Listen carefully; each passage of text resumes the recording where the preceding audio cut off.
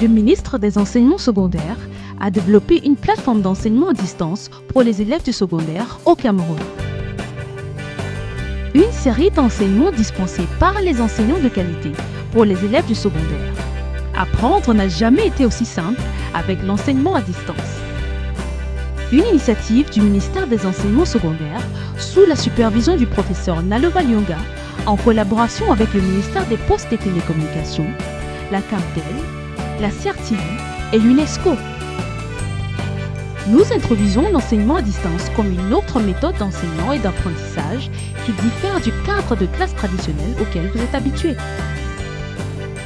Dans le mode d'enseignement à distance, vous n'êtes pas avec l'enseignant en personne, alors prenez votre temps, détendez-vous, écoutez l'enseignant, prenez des notes et visitez les liens suivants pour toute question ou réponse à vos préoccupations. Allez-y à votre rythme. La solution du Cameroun contre le Covid-19 et au-delà.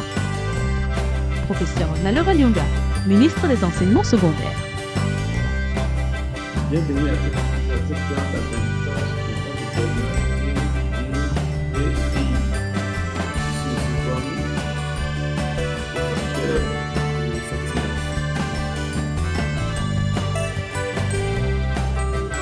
qui nous allons effectivement commencer déjà mais avant cela, nous allons d'abord corriger le devoir laissé la dernière fois. Nous avons là le devoir qui s'applique à votre état.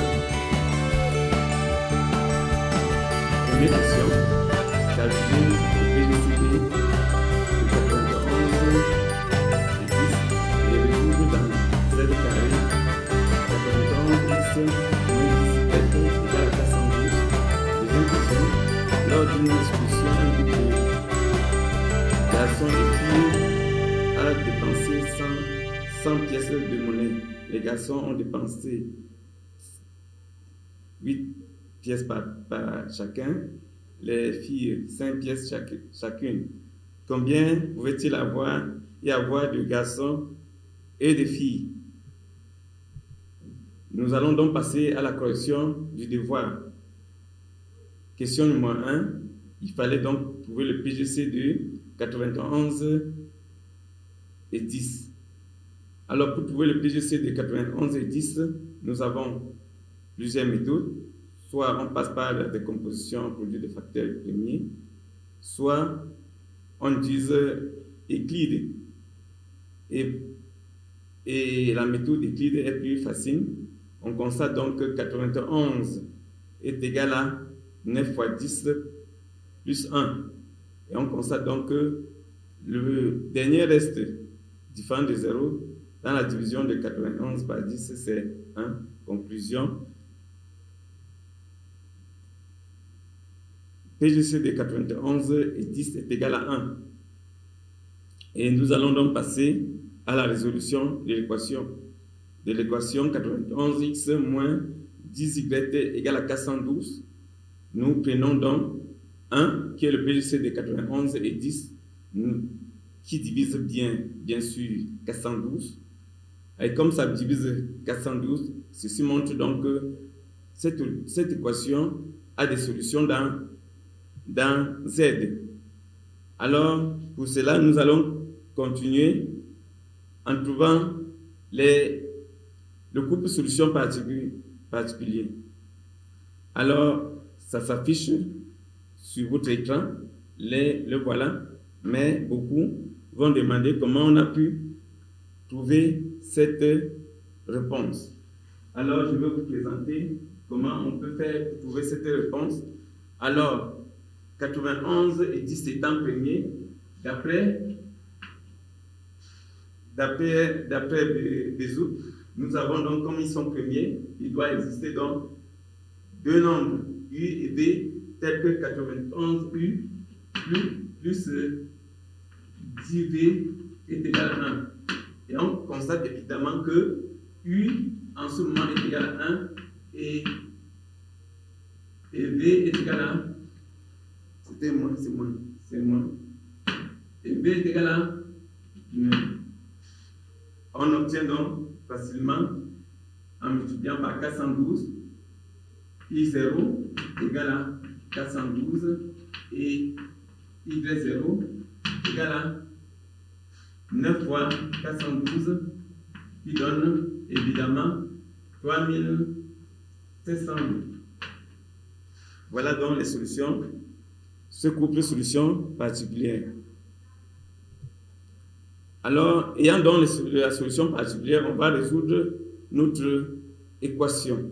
Et pour résoudre notre équation, nous posons donc les deux équations dans un système et en additionnant, en soustrayant, en faisant les différents membres à membre, on obtient 91 facteur de x moins y0 est égal à 10 facteur de y moins y0. Nous constatons en utilisant Gauss que 91 et 10 sont premiers, et comme ils sont premiers, 91 facteur de x moins y0 doit être donc un multiple de 10. Or, étant donc premiers les deux nombres 91 et 10, nous pouvons donc dire que x moins y0 est un multiple de 10 et y moins y0 est un multiple de 91. On obtient donc x moins y0 est égal à 10 lambda et y moins y0 est égal à 91 lambda, lambda appartenant à z. Et on obtient donc l'ensemble solution que voici. Nous passons donc à l'exercice 2. Il était question donc de trouver le nombre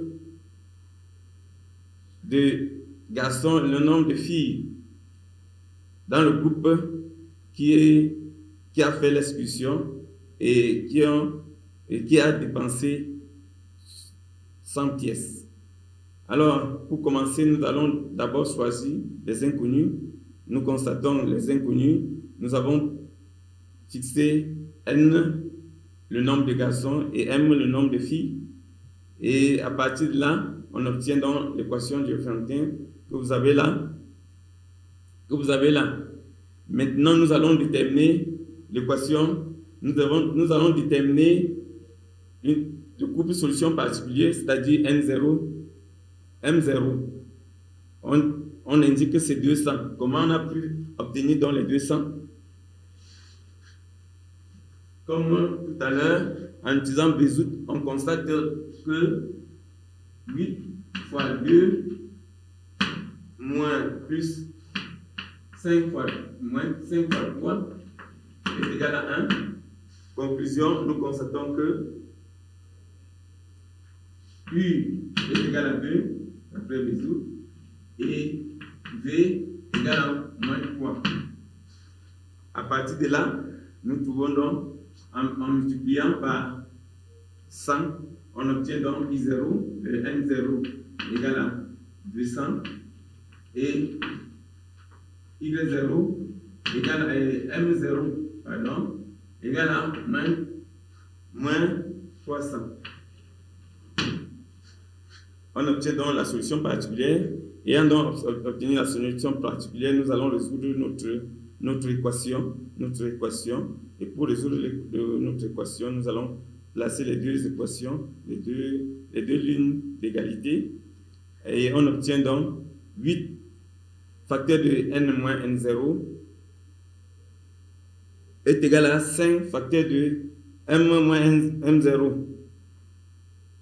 Alors, à partir de là, on obtient la solution générale qui donne 200 plus 5 lambda et moins 300 moins 8 lambda. Alors, lambda, n et m doivent être des nombres positifs. À partir de là, on trouve les valeurs de lambda qui correspondent. On trouve deux valeurs de lambda, moins 39 et moins 38, qui donnent donc les résultats que nous obtenons. Le couple M appartient donc à l'ensemble 5, 12, le couple 5, 12, et le couple 10, 4. En concluant en disant qu'on pouvait avoir donc 5 garçons, on pouvait avoir, là, vous voyez là, on peut avoir donc 5 garçons et 12 filles, ou 10 garçons et 4 filles.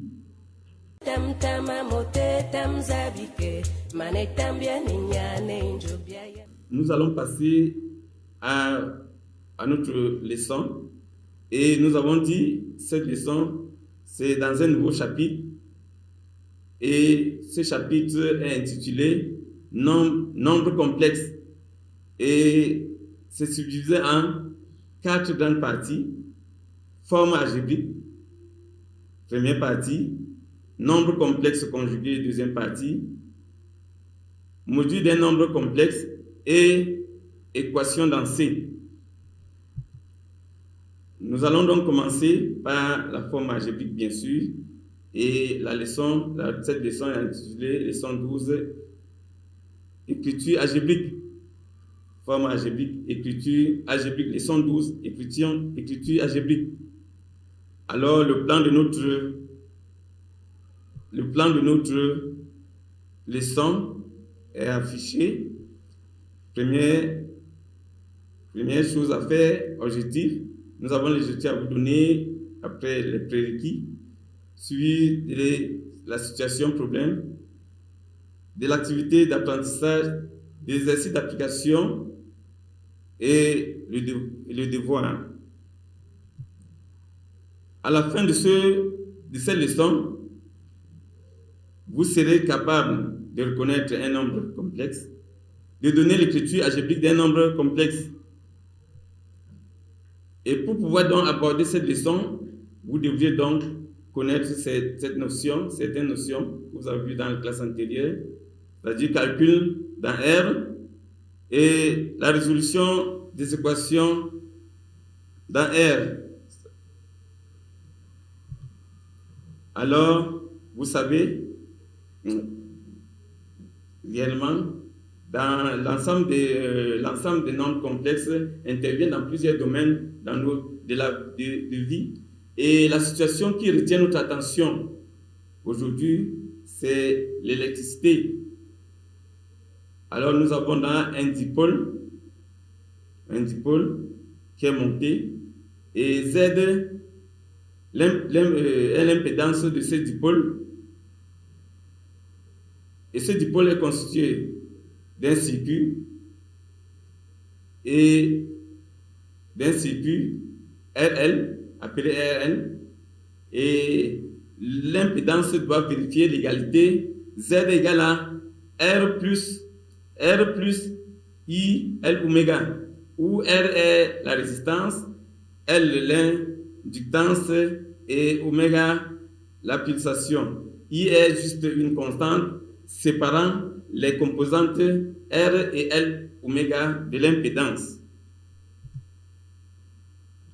Nous allons donc, notre situation continue, un électronicien ayant un dipôle d'une impédance Z égale à 5 plus 2i, c'est que cette impédance vérifie l'égalité Z carré moins 10Z plus 29 égale à 0. Alors, un des apprentis voudrait connaître la nature de cette constante I.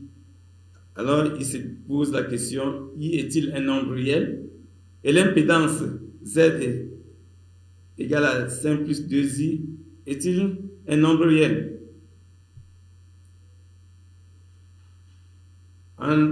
Pour pouvoir donc répondre à toutes ces préoccupations, nous vous proposons donc l'activité suivante. Première question. Calculer, comme dans R, 5 plus 2i au carré moins 10 facteur de 5 plus 2i plus 29 et en déduire que i carré égale à moins 1.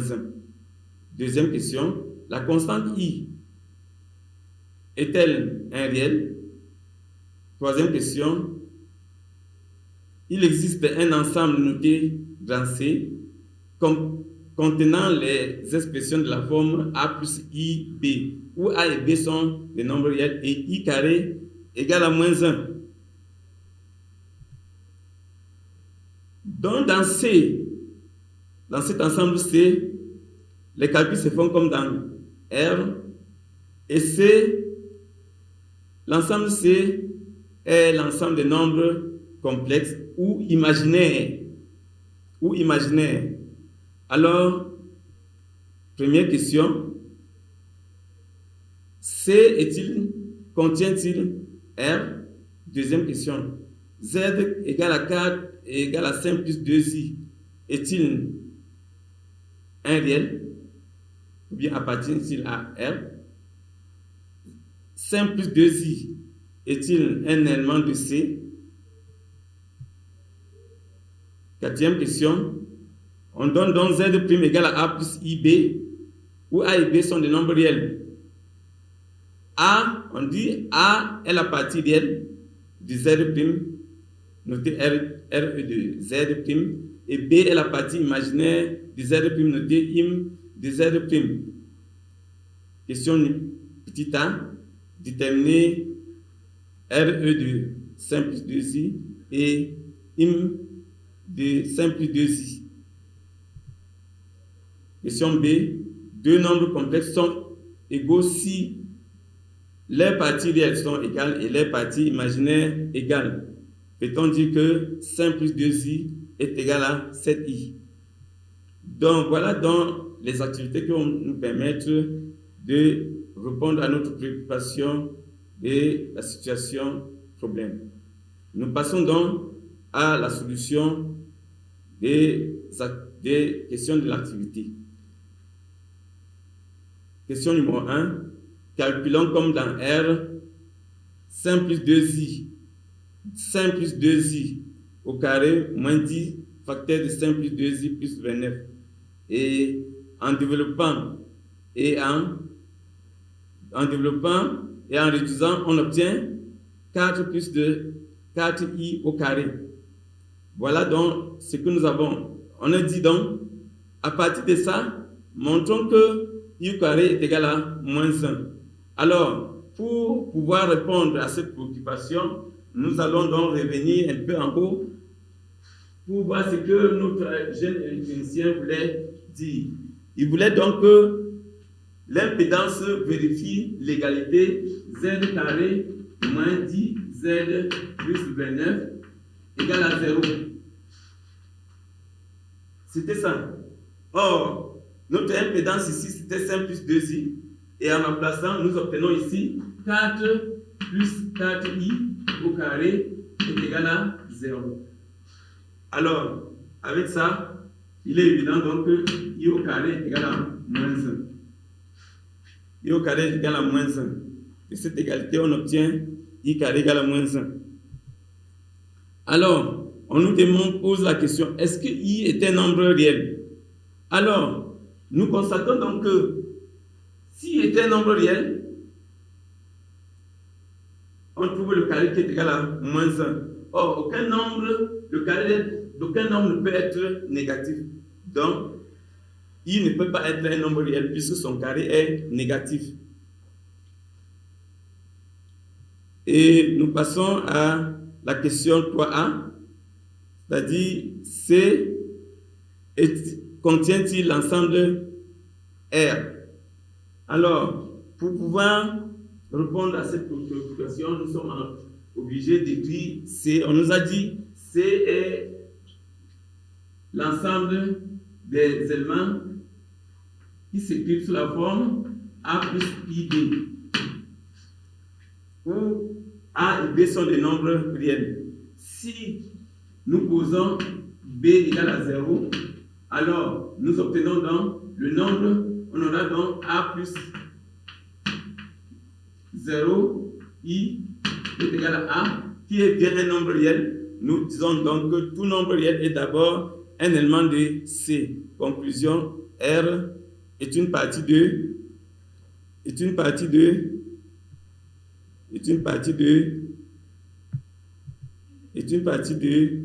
C.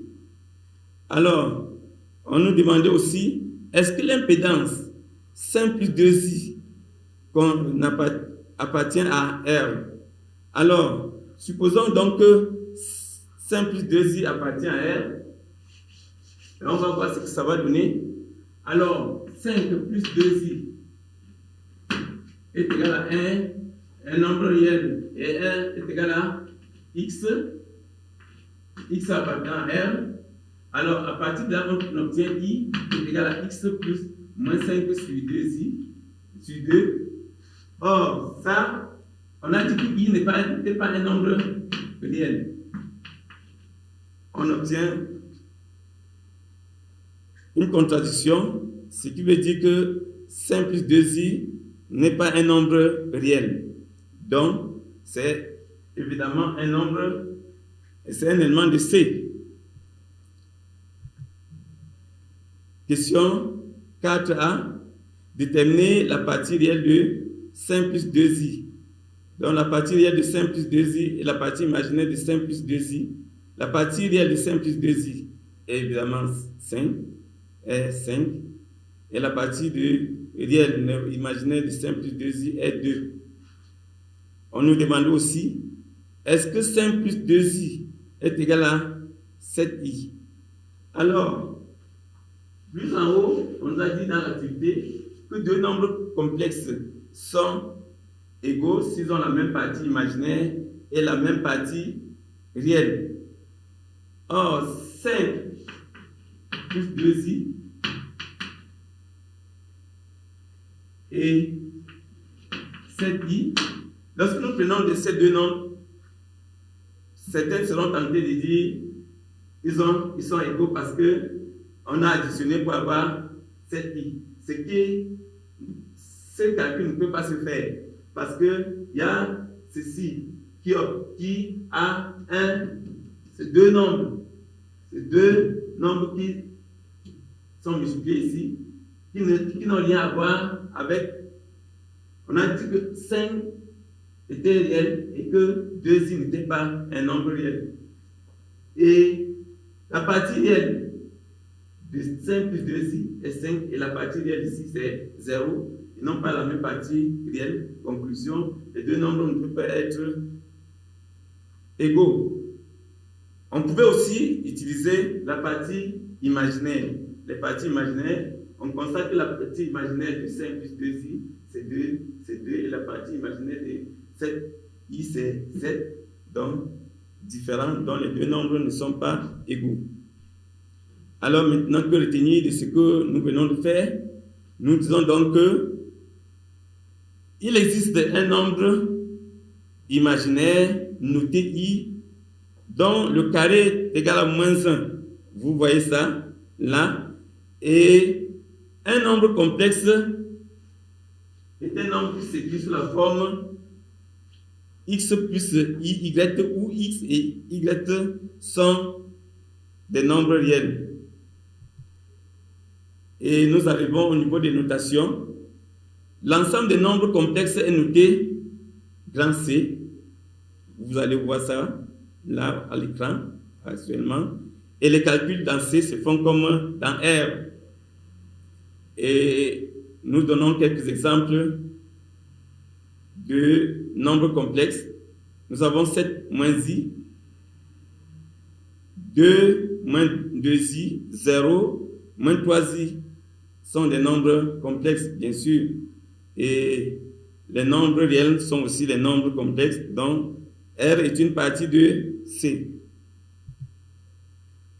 Nous passons à la définition de l'écriture des nombres complexes Z sous la forme est appelée forme algébrique ou forme cartésienne du nombre complexe.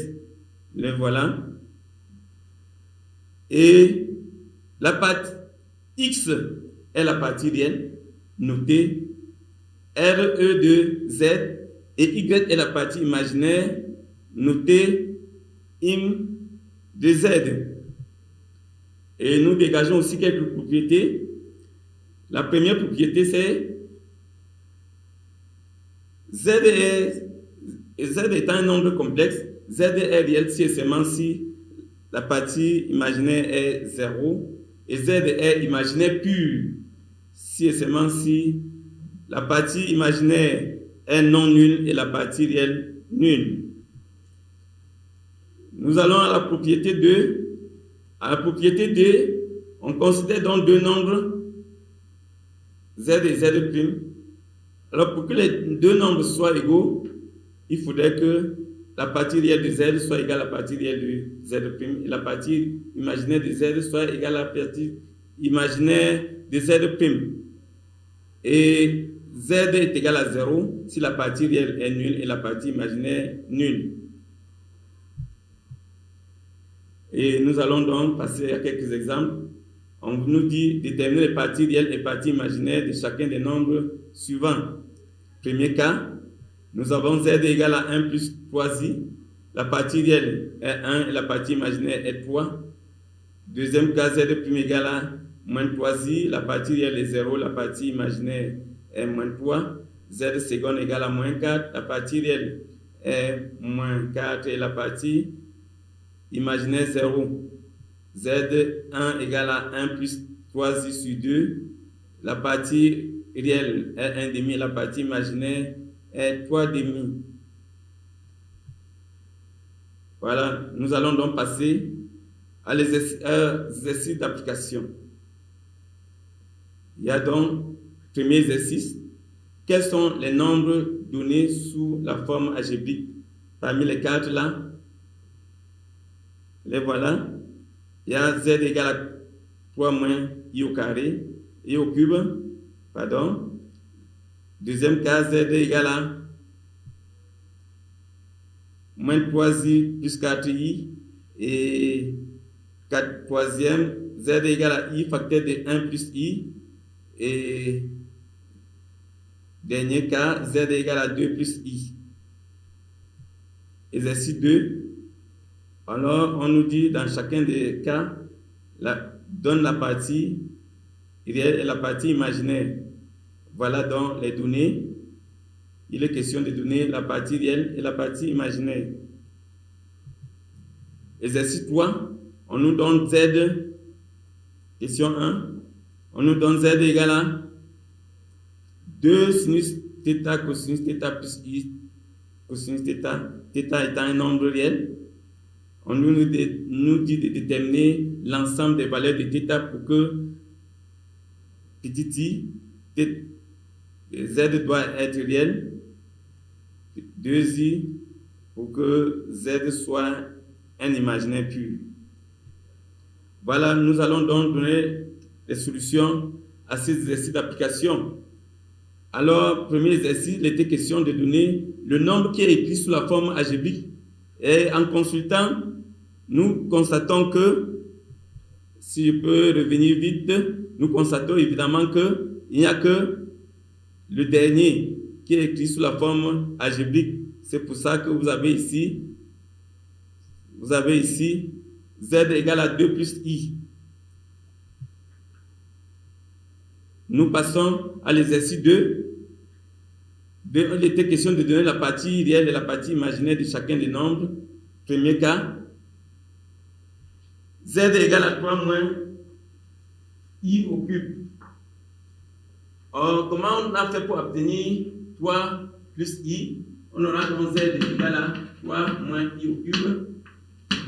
Alors, sachant que I carré est égal à moins 1, on a ceci est égal à 3 moins I au carré fois I. Or, I au carré est égal à moins 1, on obtient donc 3 plus I. Avec ça, on obtient la partie réelle qui est 3 et la partie imaginaire 1. Nous passons à l'exercice. L'autre cas, Z égale à 4. Alors, on obtient la partie réelle, c'est 4, et la partie imaginaire, 0. L'autre cas, Z égale à racine de 2 plus I. La partie réelle est racine de 2, la partie imaginaire, 1. Et l'autre cas, Z égale à moins 5i, la partie réelle est 0 et la partie imaginaire est moins 5. Et nous passons donc à l'exercice 3. Dans l'exercice 3, on avait écrit Z. Z est égal à 2 sinus θ cosinus θ plus I cosinus θ. On nous demandait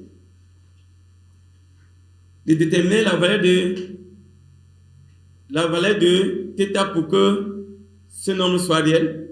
Et nous avons dit que le nombre est réel lorsque la partie imaginaire est nulle. Et nous constatons que cosinus θ doit être égal à 0, c'est-à-dire θ doit être égal à pi sur 2 plus kpi.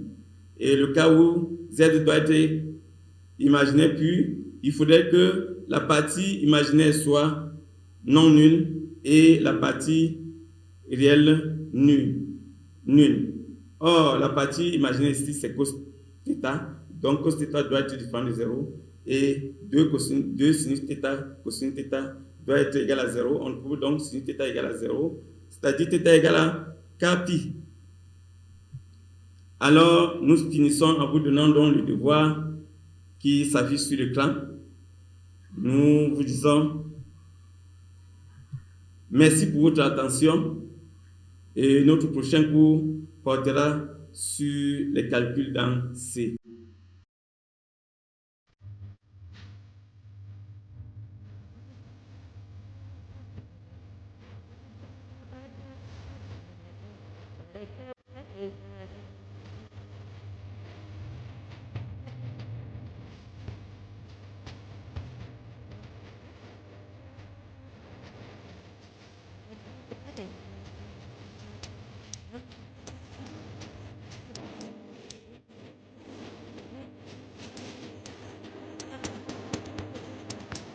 Hey.